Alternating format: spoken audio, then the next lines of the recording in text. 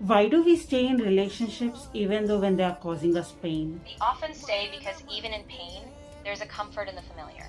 We might hope things will change, or we cling to a version of them we once loved. Letting go takes immense courage, but it also opens the door to self-healing and a future where we can choose peace over pain.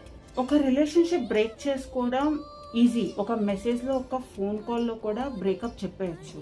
కానీ breakup చెప్పిన తర్వాత consequences ఎట్లా ఉంటాయి అని భయపడి, వాళ్ళ friends, relatives మధ్యలో cheap అయిపోతారేమో అన్న ఒక భయంతో, not just this, by chance నేను ఈ రిలేషన్ బ్రేక్ చేసుకుంటే ఫ్యూచర్లో వీళ్ళు నన్ను బ్లాక్మెయిల్ చేస్తారేమో, నన్ను ఏదో ఒకటి చేస్తారు, అందరిలో నా పరువు తీసేస్తారు అన్న భయంతో కూడా రిలేషన్లో ఉన్న వాళ్ళు ఉన్నారు. మీకు తెలిసిన వాళ్ళు ఎవరైనా ఇలాంటి ప్రాబ్లంలో స్ట్రగుల్ అవుతూ ఉంటే వాళ్ళకి ఒక భరోసాగా ఉండండి.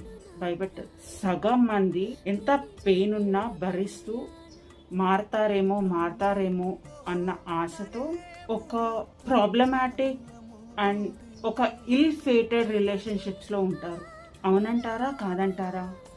Let me know in the comments.